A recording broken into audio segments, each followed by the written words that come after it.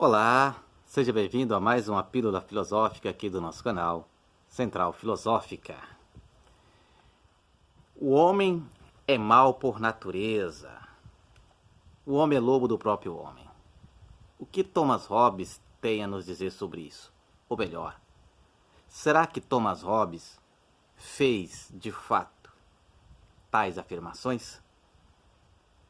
Se você quer saber a resposta a essa questão, confira um trechinho da entrevista que eu gravei com a professora Maria Isabel Limonge, professora da Universidade Federal do Paraná, uma das maiores autoridades no pensamento de Thomas Hobbes aqui no Brasil. Sim, muitas vezes o Hobbes disputa com Maquiavel, né, o título do pai do pensamento político moderno, né? Acho que ambos são, né, há muitos pais desse pensamento. Mas, sem dúvida, Hobbes e Maquiavel são autores muito importantes para o pensamento político moderno e para tudo que foi pensado a partir, então, da modernidade, né? O pensamento então, político moderno e contemporâneo. Eles oferecem certos marcos teóricos que, ao mesmo tempo que rompem com o que vinha antes, por isso que eles são pais do pensamento político moderno, aqui alguma coisa de diferente que eles introduzem em relação ao que era pensado antes e que forma todo o pensamento político posterior, né? Então são realmente autores muito importantes, não só Maquiavel, mas Hobbes também. Eu acho que os dois são, eu diria, pais do pensamento político moderno, né? No caso do Hobbes, o que é muito importante é a noção de Estado que ele introduz, né? A noção é clássica de Commonwealth, da República, mas a maneira como ele trabalha esse conceito é bastante inovador, né? Ele é normalmente lembrado pela ideia de contrato, né? A ideia de que os homens fazem um contrato de instituição do Estado, embora essa ideia já circulasse no pensamento político clássico, né, o Hobbes faz um uso dela para pensar o Estado como algo instituído, ou como ele diz no início do Leviatã, né, o Estado é um artifício, é uma criação humana, né? Essa ideia é que me parece a ideia mais importante do seu pensamento político, né, do Estado como uma criação. E ele faz uso da noção de contrato para pensar essa criação, essa instituição do Estado, que, portanto, não existe por natureza, a ordem política não existe por natureza para o Hobbes, mas ela, como era pensada pelos clássicos, né, mas ela é uma instituição humana. Em um determinado momento, os homens criam as normas jurídicas e políticas para mediar as suas relações. Essa me parece ser a principal ideia, a ideia mais fundamental, a novidade aí introduzida pelo Hobbes. O Hobbes, antes do Estado, não há vida organizada, não há vida com segurança. Aí onde eu já entro na segunda questão, e talvez já podemos até desfazer alguns mitos em todo o pensamento do Hobbes, que é o estado de natureza. Como é que o Hobbes pensa o estado de natureza? E a outra coisa, a natureza humana. Que muito se atribui e coloca na conta do Hobbes, que o Hobbes disse que o homem é mau por natureza. Eu não enxergo isso no Leviatã. Eu vejo que ele pega muito do Maquiavel a ideia da natureza infinitamente desejante. E como o estado de natureza é um estado de escassez, leva ao conflito, né? Eu vejo nessa ideia, é bem maquiaveliano, né? Então, como é que a gente pode precisar o estado de natureza e a natureza humana do Hobbes, tirando aí alguns mitos, né, que se coloca na conta do Hobbes? Tá. Deixa eu começar pelo fim, daí eu vou vendo se eu resgato as suas primeiras questões, aí se eu deixar de responder algo não respondido, Sim, tranquilo. Você volta a colocar.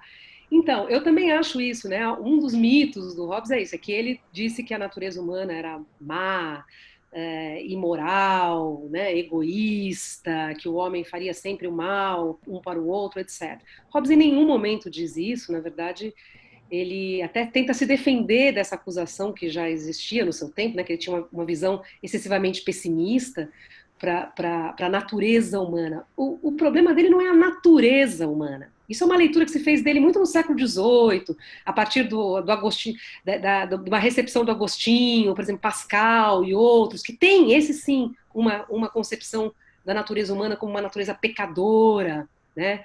Mas Hobbes não. Hobbes diz, não, eu não... Na verdade, a gente só pode julgar a natureza humana a partir do momento que a gente tiver metros, normas instituídas a partir do qual eu posso dizer o que o homem deve fazer ou não, como ele deveria se comportar ou não. Eu estou só descrevendo o que o homem é e não estou me posicionando sobre se a natureza dele é má ou boa, né? O que o Hobbes quer mostrar é que o estado de natureza é um estado de conflito, em que as vontades humanas não tendem a se harmonizar.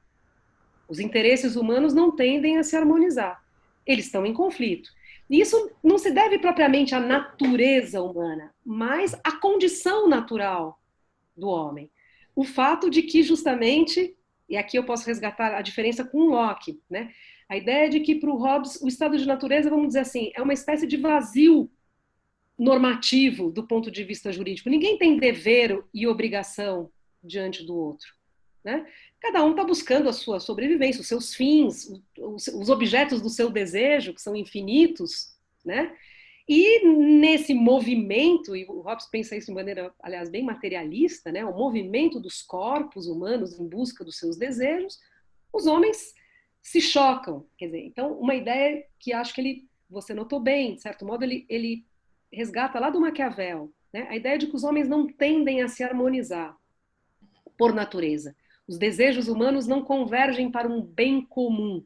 Cada um diz o bem à sua maneira, cada um, inclusive, entende que o bem comum é uma coisa diferente do outro, e, portanto, nessa condição, a vida humana não vai se organizar propriamente dita. Nós precisamos dessa instituição que é o Estado, que é de um sistema de relações jurídicas, como eu estou assistindo aqui, de dever e obrigações. O Hobbes diz que são laços jurídicos, laços de obrigação, que vão começar a organizar as nossas relações recíprocas. Mas nós temos que instituir isso. Isso não está dado na natureza, né? Então, essa é uma diferença também com o Locke, porque o Locke pensa que no estado de natureza existem leis de natureza no sentido forte, obrigações, deveres de um homem com relação ao outro, que se não são cumpridos, isso pode ensejar o direito ao castigo e assim por diante, né? Então, o Locke entende que no estado de natureza já há uma regulação jurídica. Hobbes não. No estado de natureza, o que há são relações de poder, potência, né? O mais forte, o mais fraco disputando, e aquele que tiver mais poder tem mais chance de realizar o seu desejo, aquele que tiver menos poder provavelmente tem que se submeter ao desejo do outro, né? Não há regulação jurídica no estado de natureza, porque todo esse sistema regulatório, como eu disse no início, isso é o que há de mais importante no pensamento do Hobbes, tem que ser instituído. É uma instituição humana, né? E aí, com toda a dificuldade de fazer essa instituição, de fazer com que ela perdure no tempo, de fazer com que ela efetivamente consiga regular as relações humanas, que se deve ao seu caráter instituído e não dado, né? Com relação a Rousseau, acredito que o Rousseau esteja do lado de Hobbes nesse sentido, né? Embora Rousseau vai engordar, né, o que é o estado de natureza, vai mostrar que tem toda uma história antes da instituição desses mecanismos de regulação jurídico através da ideia de contrato, há toda uma história das relações sociais. E o Hobbes não faz toda essa história, ele resume tudo na ideia de que é um estado de guerra, né? Quer dizer, e com estado de guerra ele explica, não quer dizer que nós estejamos sempre em luta, mas que no horizonte das nossas relações há a disputa, né? Ele diz, é como uma nuvem que está anunciando uma chuva, o estado de guerra, né? Quer dizer, a possibilidade da guerra está sempre no ar, não quer dizer que estejamos sempre em guerra. Por quê? Porque as nossas relações são relações de poder, de disputa de poder. Isso não é tão diferente do que o Rousseau vai dizer adiante, né? Ainda que, porque o Rousseau vai dizer o quê? Que é isso. Quem que o Rousseau conta lá no discurso sobre a origem da desigualdade entre os homens? Que as relações sociais dos homens são relações de poder e que nós precisamos regular isso aí juridicamente, né?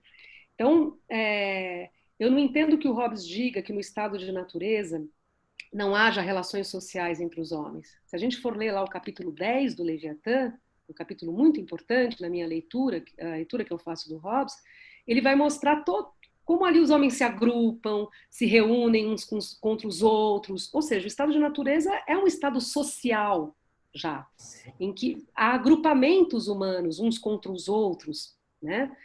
E a guerra não é a guerra de indivíduos contra indivíduos, mas é de grupos de indivíduos contra grupos de indivíduos. É assim que ele descreve ainda de maneira muito muito esboçada o que seria um estado de natureza enquanto um estado social. Né? E além, desculpa a interrupção, professora, mas não, por favor. O elemento interessante também do estado de natureza do Hobbes é que ele fala das leis naturais, né? Lá na sua obra em português, é do cidadão, né? Ele enumera, e coisa que o Rousseau não fala de leis, as leis naturais, ele enumera as leis naturais, uma série, são 20 ou mais de 20. É claro, o problema é que elas não são obedecidas, né? E não tem ali alguém para fazer elas serem cumpridas. O problema é que elas não obrigam, E aquele que tem elas não são ainda obrigações no sentido jurídico do termo, que seja uma punição, elas são, o Hobbes diz, conselhos da razão. Que seria legal se o homem, e os homens vão tender a agir nesse sentido, na medida em que buscam seus interesses. Mas não é propriamente uma obrigação, isso que é o importante, né? Então, ele na verdade, ele esvazia um pouco o sentido da noção de lei de natureza, porque elas não ensejam para ele obrigação, são apenas conselhos da razão. Mas isso já mostra um pouco que o homem não é tão mal assim? Porque se fosse esse homem, mal, não teria nem isso. Exatamente, o homem ele é capaz, né, de já na natureza, de racionalizar, de compreender suas razões e de buscar fins que o harmonizem com os outros. Se ele não fizesse isso, ele não instituiria o Estado. Sim. Então, o Hobbes só que ao mesmo tempo ele não consegue fazer isso sozinho, né? Ele precisa da cooperação dos outros. Esse problema da cooperação, hoje a literatura contemporânea chama muita atenção nisso no Hobbes, né? Que o Hobbes está lidando com um problema de articulação de comportamentos individuais, né? O problema político está em que não é que cada um decide por si só como é que ele vai regular sua relação com os outros, é que nós precisamos fazer isso ao mesmo tempo, a partir das mesmas regras, às quais nós temos que aderir em conjunto. Como fazer isso? Como chegar a esse resultado? Esse é o problema político por excelência, né? Dessa articulação das ações individuais, para a qual ele chama atenção, acho que de maneira inovadora no seu tempo, justamente porque ele esvazia a ideia de que nós já tendemos à harmonia e de que, de algum modo, a natureza está garantindo isso, seja porque já há obrigações naturais que nos encaminham, nos conduzem ao desfecho da cooperação, né? Ou seja porque nossos instintos já caminham nesse sentido, mas enfim, para o Hobbes não, nós vamos ter que bolar uma maneira de conseguir essa cooperação, que é justamente o Estado. Isso eu acho que justamente ele corrobora com uma ideia maquiaveliana, isso já está no Maquiavel, a ideia de que nós precisamos instituir a ordem política. Ela não isso torna ele um jus positivista. Olha, ou ele está no campo do jus naturalista? Tudo isso é cheio de ruído, há muita discussão sobre isso, né? Hobbes é um jus naturalista, Hobbes é um jus positivista, a literatura volta sobre isso o tempo todo, há muito ruído, porque toda essa discussão sobre jus naturalismo e jus positivismo, ela é mais recente, né? Ela é um pouco extemporânea ao Hobbes. Ele é ao mesmo tempo um jus naturalista e um jus positivista, porque ele entende que a instituição da lei, ele é um positivista nesse sentido, né? Eu tenho insistido. A lei tem que ser instituída, né? Mas, ao mesmo tempo, isso se faz com base numa natureza, isto é, da natureza do nosso desejo, dos nossos fins, que é a autopreservação para ele. A natureza nos conduz a essa instituição, né? Então, ele é ao mesmo tempo um jus naturalista e um jus positivista. Mas, claro, naquilo que interessa, quer dizer, a ideia de que a lei é instituída, né, a ênfase estaria no caráter positivo da lei, né? Sim. E nesse sentido, professora, uma outra questão que eu coloco, que eu já ia fazer, é essa questão do direito natural. Falei das leis naturais, mas o Hobbes ali no Leviatã, vai falar de leis naturais e fala do direito natural. Como se fossem duas coisas distintas, apesar de andarem juntas, né? As leis naturais... Parece que o governo, o soberano, não é obrigado a seguir as leis naturais. Ótimo, ele pode instituir as leis a partir de si. Mas o direito natural parece que ele vai... Mas parece que o direito natural ainda vai para o Estado civil. Uhum. Como pensar essa relação direito natural e governo civil? Então, tem isso, de fato, você chama atenção para uma coisa importante, né? O Hobbes, como eu disse, esvaziou a noção de lei de natureza, porque elas não obrigam. Né? Para continuar assistindo essa entrevista, você pode clicar no card que sobe no cantinho superior da sua tela, ou então no link dessa entrevista que aparece aí na parte dos comentários. Caso você esteja assistindo essa entrevista por outra plataforma que não YouTube, você pode procurar pelo nosso canal no YouTube, Central Filosófica, ou então por essa entrevista a partir do endereço da mesma que aparece aí na sua tela. Compartilhe esse vídeo, deixe o seu like, comentários. Meu abraço, nos veremos num próximo vídeo.